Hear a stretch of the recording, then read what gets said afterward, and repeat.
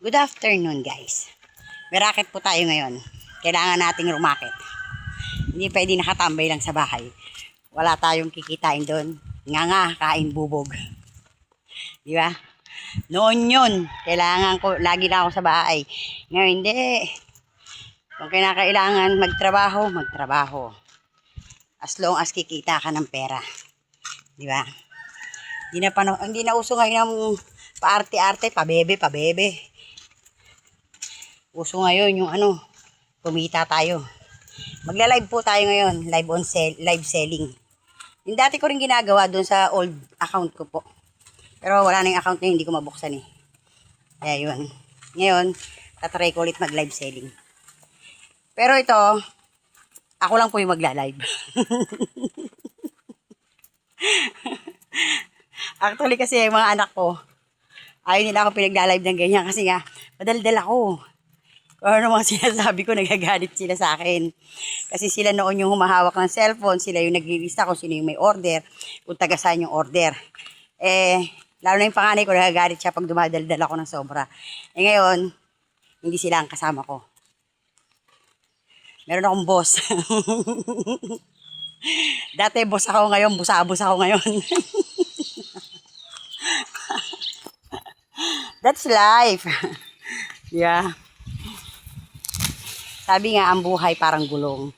Dati nasa taas ka, pwede kang bumaba. Ngayon, pwede kang nasa baba ulit, pwede ka naman tumaas. Ganun lang yun. Diba? Ako, sanay naman ako sa hirap eh. Hindi naman ako pinanganak ng may gintong kutsara sa bibig. Sanay tayo sa hirap. Kahit ano yan, as long as kaya ko, sige, basta marangal lang Hindi pwede sa atin ng bad. Ako lang ang bad. Pero mga ginagawa ko is matino. Yun. Bad lang minsan ang bibig ko. So, tatry ko ulit mag-live selling. Sana more on sales kami. Diba? Para tumagal ang samahan namin ang aking boss. Init, tsaka natin, no? Kulay na ako. Kulay talong na ako.